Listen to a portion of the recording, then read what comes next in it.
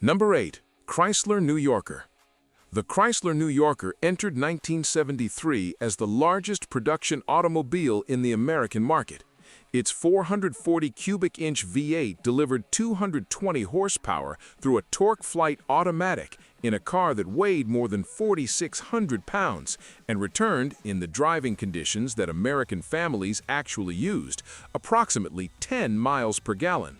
At 38 cents per gallon, that number required no explanation. The buyer who chose the New Yorker in 1973 was choosing the most interior space, the most isolation from road noise, and the most complete expression of what the American full-size luxury car had been building toward for 20 years. By December, every variable had been repriced. The 440 cubic inch engine that had been a feature became an operating cost. The 10 miles per gallon that had been invisible became the number that defined everything. The New Yorker's buyers had made rational decisions in a market that no longer existed by the end of the model year. The New Yorker is at number 8 because it represents the specific American automotive assumption that October 1973 invalidated, not through engineering failure, but through the elimination of the conditions that had made it correct. Number 7. Ford Gran Torino. The Ford Gran Torino sold 232,000 units in 1973 and spent that year being exactly what mid-size American buyers needed it to be, a car between the compact and the full-size that offered V8 power, stylish fastback and formal roofline options, and the Ford dealer network that reached every American county. Its 351 and 400 cubic inch V8 options delivered performance the era still supported. Its sports roof fastback configuration gave buyers the visual language of the muscle car era at a price that the decade's insurance market had begun to make accessible only through the midsize. The Gran Torino's 1973 model year included the 5-mile-per-hour bumper that federal regulations now required, the first visual evidence on the car's exterior that the decade's regulatory environment was reshaping what American cars were allowed to look like. American buyers chose it in their hundreds of thousands without considering that its V8 operating costs would be subject to a fuel price calculation that was about to change permanently. The Gran Torino is at number 7 because 232,000 Americans made the correct mid-size choice in 1973, and because the mid-size V8 market they were purchasing into would be reshaped within months by forces that no Ford dealer in the country had been asked to explain. Number 6. Chevrolet Monte Carlo. Motor Trend awarded the 1973 Chevrolet Monte Carlo its Car of the Year.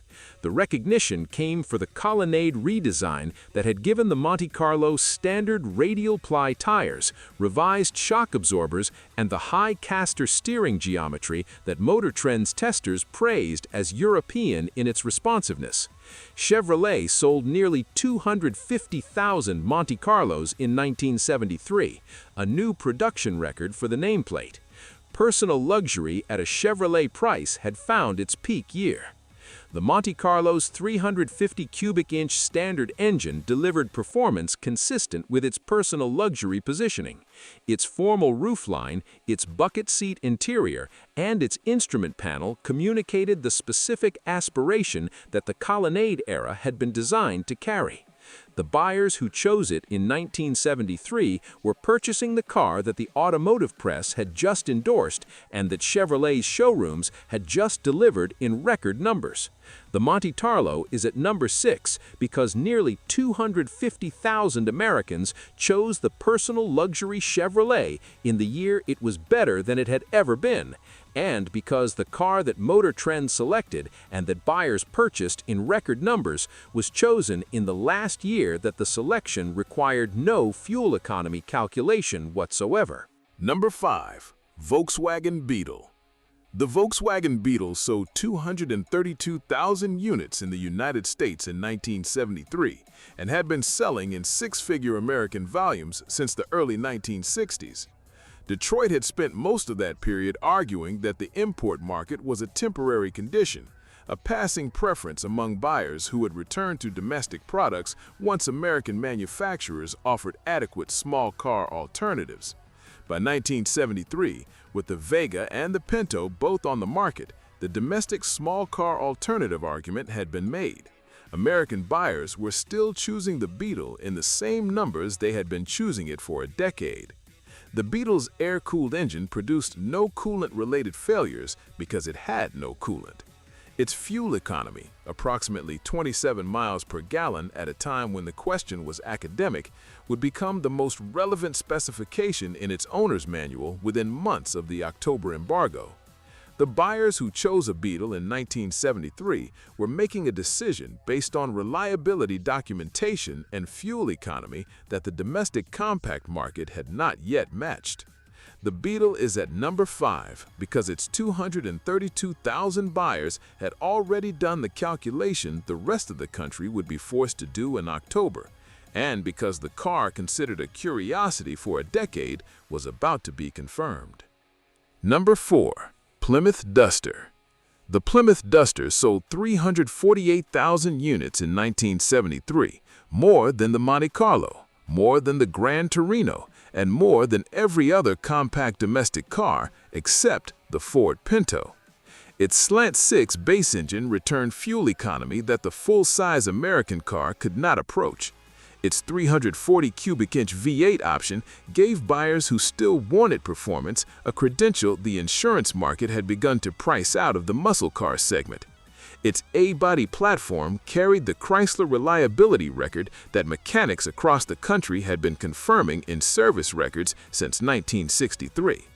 The Duster's buyer in 1973 was choosing correctly by every metric that the coming 6 months would establish as the correct metrics. The slant-six's fuel economy, the compact platform's operating costs, the A-body's proven durability, the Plymouth dealer's service network. None of those variables required the October 1973 embargo to validate them, but the embargo validated them so completely that the Duster's 1973 sales position looks, in retrospect, like the decision that the rest of America would spend the following year trying to reach. The Duster is at number 4 because 348,000 Americans chose the correct compact in 1973, before the embargo made correct the only calculation anyone was running. Number 3. Toyota Corolla. The Toyota Corolla's American sales growth in 1973 followed the same mechanism it had followed since 1968. One owner told another owner, who told a mechanic, who told a customer, and none of those conversations cost Toyota an advertising dollar. By 1973, the Corolla was selling in numbers that placed it among the most purchased imports in the country, a fact that Detroit's annual sales reports noted and that Detroit's product planning meetings had not yet produced a response to. Its fuel economy was the specification that would matter most after October, but it was not the reason buyers chose it in 1973. They chose it because the ownership record that the preceding 5 years had built made the reliability argument in terms that the American compact car's service history could not match. The buyer who had driven a Corolla to 80,000 miles without an engine rebuild described the experience to the buyer who was about to choose between a Vega and something else, and the something else kept winning that conversation. Number 2. Chevrolet Chevelle. The Chevrolet Chevelle sold 314,000 units in 1973, making it the third best-selling car in the United States and one of the last mid-size American muscle cars available in a configuration that still offered genuine performance at a price the American buyer could reach without triggering the insurance surcharges that had eliminated the GTO from most buyers' consideration. Its 454 cubic inch big block option, its 350 small block and Malibu trim, and its Laguna fastback gave buyers 3 distinct positions in the mid-size performance spectrum, all of them available at Chevrolet dealers in every American city. The 1973 Chevelle was the last of its kind in the way that none of its buyers could have known when they signed the purchase agreement. The emissions regulations that would arrive for 1974 and 1975 would detune every V8 in the American market. The fuel crisis that would arrive in October 1973 would make the detuned engines irrelevant anyway. The Chevelle is at number 2 because 314,000 Americans bought the best mid-size American car available in the last year it could be what it had always been, and because every one of them was making the right choice for a market that was 6 months from no longer existing. Number 1. Chevrolet Impala. In 1973, the Chevrolet Impala was the most purchased passenger car in the United States at 373,000 units. More than any Duster, more than any Chevelle, more than any Gran Torino or Monte Carlo or Beetle. The full-size Chevrolet with the 350 or 400 cubic inch V8, the 6-passenger bench seat, the turbo-hydromatic automatic, and the trunk large enough for a family vacation's luggage was what Americans chose in larger numbers than anything else on the road in the last full year before the embargo. The Impala's buyers in 1973 were not making mistakes. They were making the rational choice for the year they were living in, a year in which gasoline cost 38 cents, in which the full-size American car's operating costs had never been required as the primary purchase criterion, and in which the specific calculation that the October embargo would force had not yet been forced.